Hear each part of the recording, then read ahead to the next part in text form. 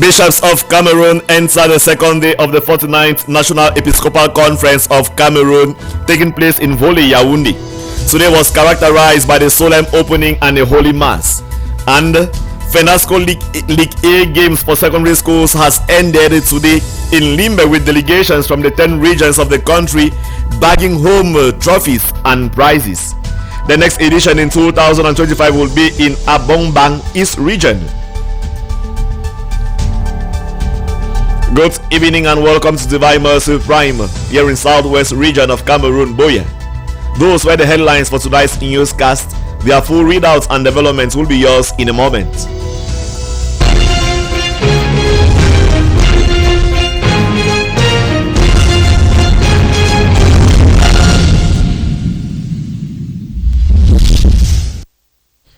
The 26 bishops of Cameroon and the Emirati bishops are currently at the National Episcopal Conference in Volé, Yaoundé for their 49th plenary session.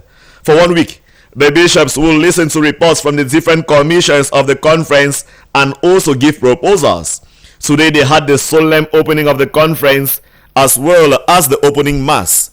But let's take you back to yesterday's activities with Joyce Bong, who is presently in Yaoundé. Her report. Bishops of Cameroon begin converging at the National Episcopal Conference in Volé for their 49th plenary session. From April 7th to 13th, the bishops will listen to the members of the different commissions, evaluate their activities, their challenges and successes, and also propose solutions to better the church's mission.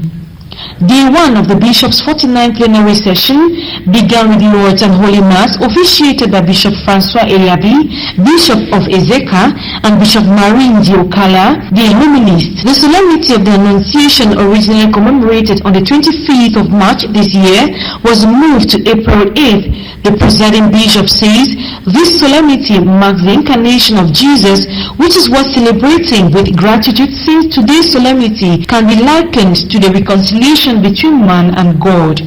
14 d'abord, c'est une coïncidence qui est du fait qu'on a repoussé la fête de l'Annonciation aujourd'hui.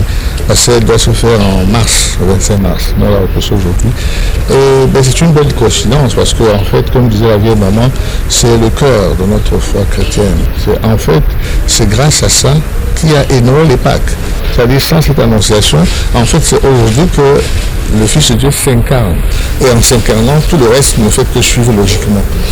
C'est pourquoi je dis parfois, c'est même aujourd'hui qu'il y a la réconciliation entre Dieu et l'homme, parce que l'être humain et l'être divin se mettent ensemble. Donc c'est évidemment l'annonce, n'est-ce pas, de Pâques et de Noël qui se fait aujourd'hui. After the Eucharistic celebration, the bishops sat in their different commissions. Tomorrow, April 9, will witness the official opening of the 49th plenary session of the Bishops of Cameroon and the solemn opening mass at the Basilica in Volé. On the sidelines of the National Episcopal Conference of Cameroon, this week's catechetical session, Know Your Faith, took place in Yaoundé, presented by Reverend Father Humphrey Tatambui, sitting in for the Bishop of Buea. Father Humphrey explicitly gave a global perspective of the National Episcopal Conference of Cameroon, with hierarchical organization of the various structures such as the commissions and their specific functions. He underscored the point that the church is an institution established by Jesus Christ himself.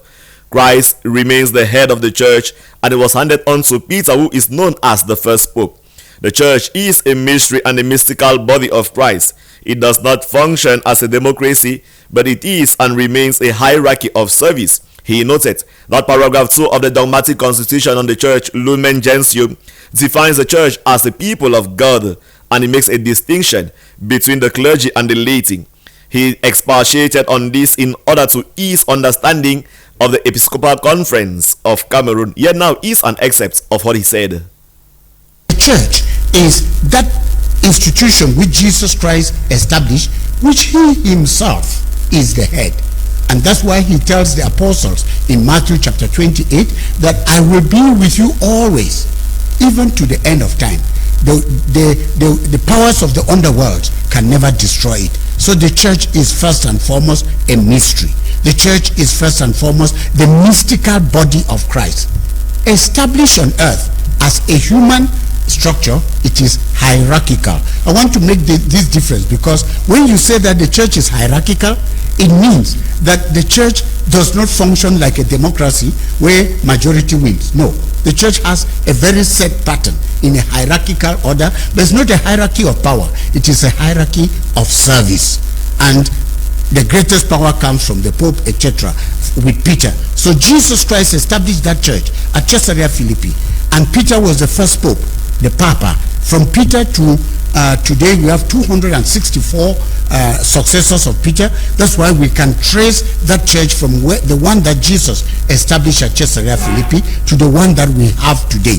Historical and human errors have caused some divisions and distractions in the church, for which we regret, and that is why we have so many churches. But that apart, the church defines itself, and those who read the documents of the Second Vatican Council will find out that in November 1963, that was one of the first documents to have been promulgated, was a dogmatic constitution.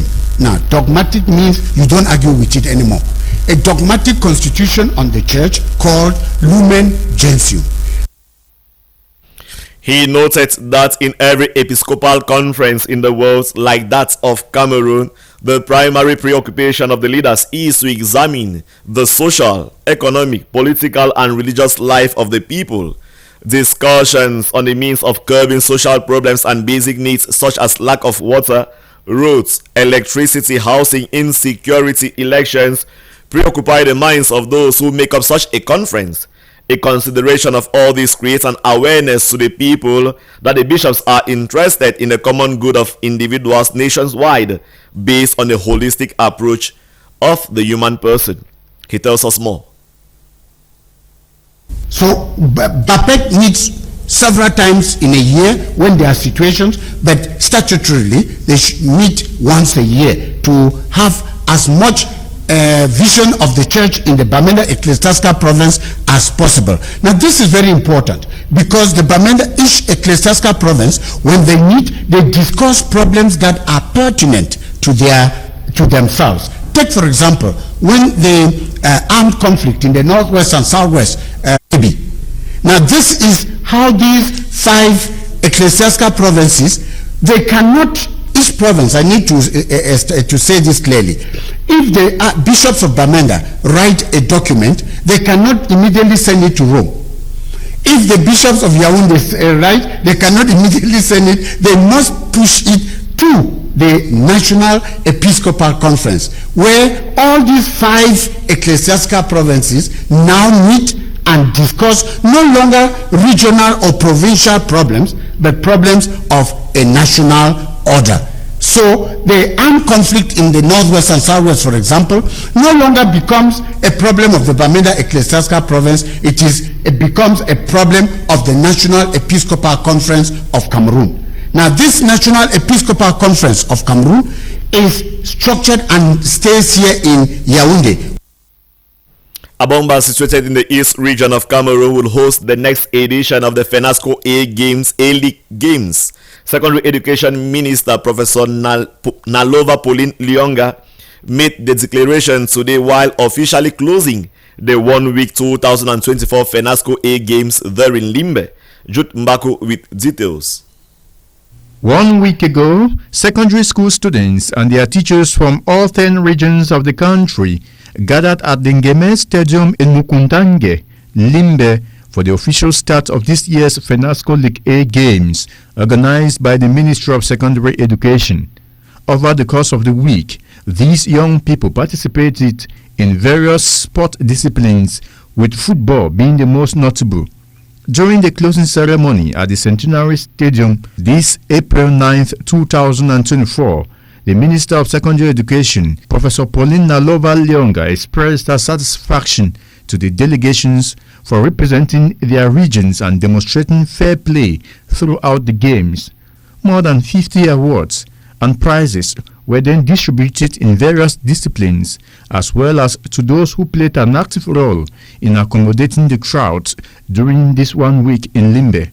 According to the organizing commission of the games, The Central region secured the highest number of medals, followed by the West region.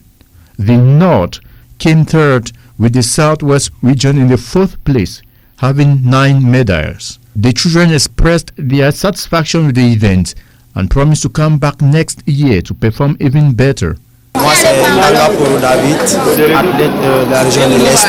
Bon, j'ai gagné le trophée du fair play parce que durant la compétition, j'ai été humble envers mes adversaires et très courageux. J'ai gagné un trophée et 2 médailles en bronze. Je dis merci à Madame Rebélébé et tout le staff de la région de l'Est. Vive l'Est et vive le Cameroun. At the closing ceremony here in Limbe, notable attendees included Ministers of Secondary Education, Pauline Nalova-Lyonga, Public Service and Administrative Reforms, Joseph Lay, Youth Affairs, Monuna Fosu, as well as representative of the Minister of Sport and Physical Education. The Governor of the Southwest Region and his team also represented. Minister Joseph Lay of Administrative Reform, a native of Abongbang in the East Region of Cameroon, was particularly pleased given that Abongbang will host the FENASCO League A Games next year 2025, marking the 25th edition of the tournament. Still in sports, the first round of the qualification of the Cameroon Cup in the Southwest region has rounded up. 10 teams have qualified from among the 19 teams that played the first round of the Cup qualifications. It is for this reason that the second phase of the draws have taken place this day, April 9th, in the Southwest Fecafoot Secretariat for the second round games, which are to be played Thursday 11th of April 2024 to Saturday April 13th in both FACO as well as Meme divisions. John Philip took part in the draws and files this report. It has been a long weekend following knockout competitions of the first phase of preliminary matches of the Cameroon Cup. After the draws, the competitions kicked off Thursday 5th April till Sunday 8th of April 2024 throughout the Southwest region in both Meme and FACO divisions.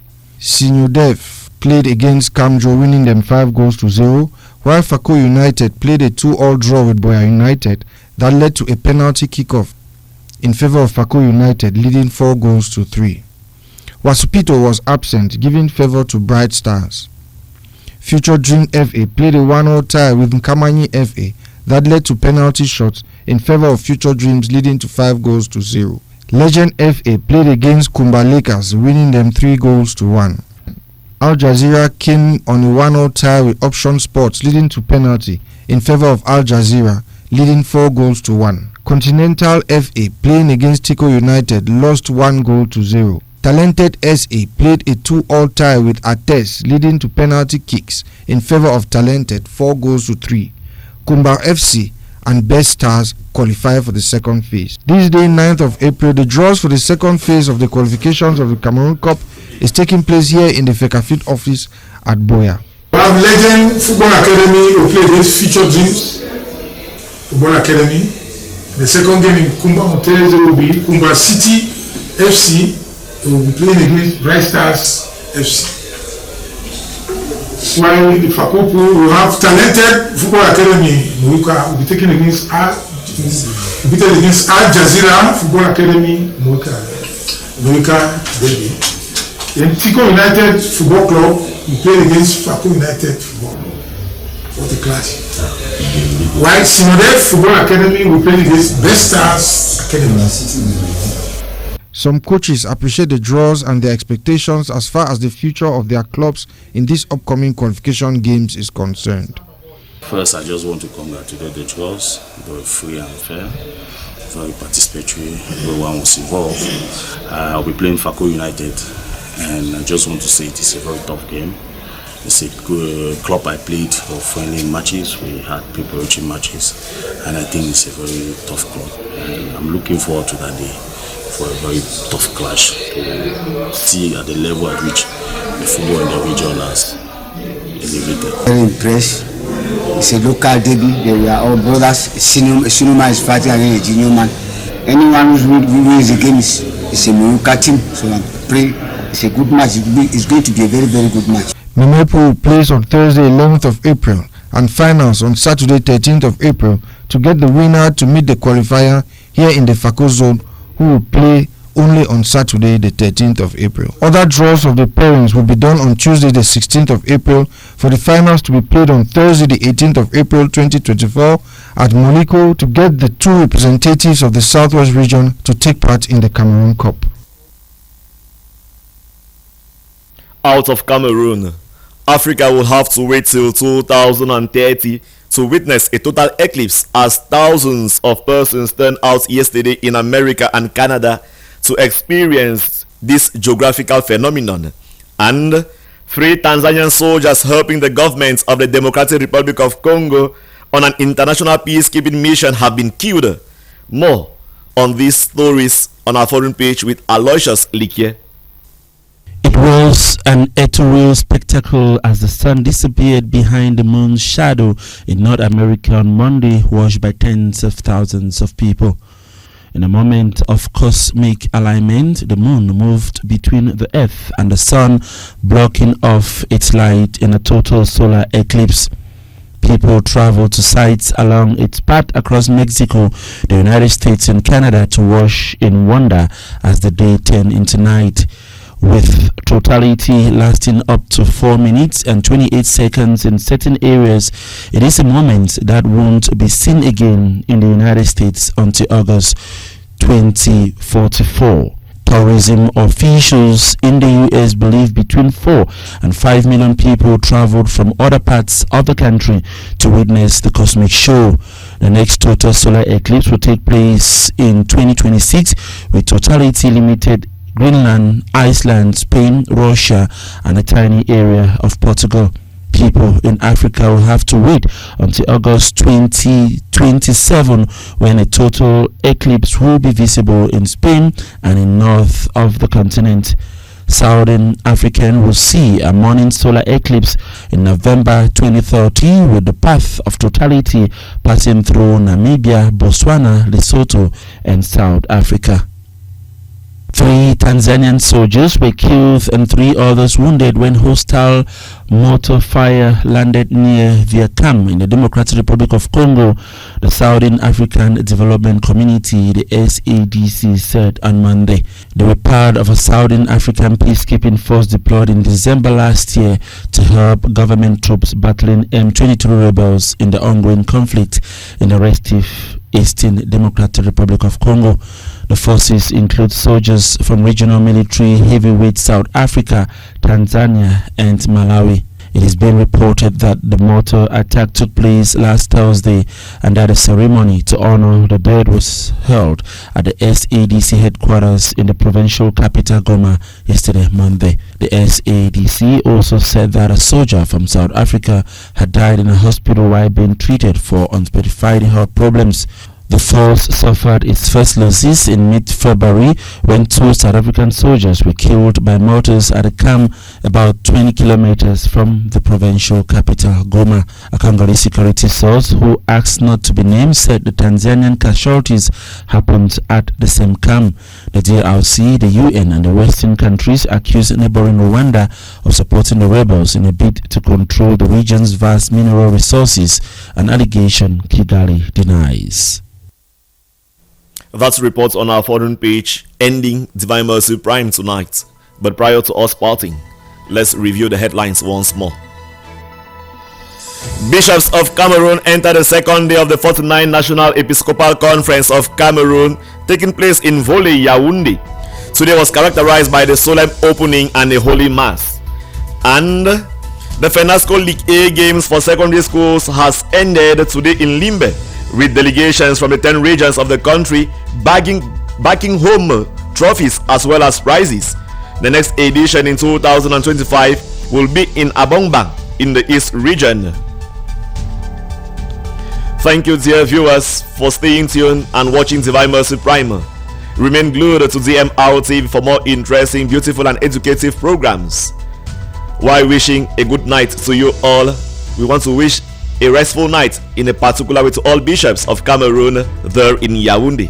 Have a wonderful evening.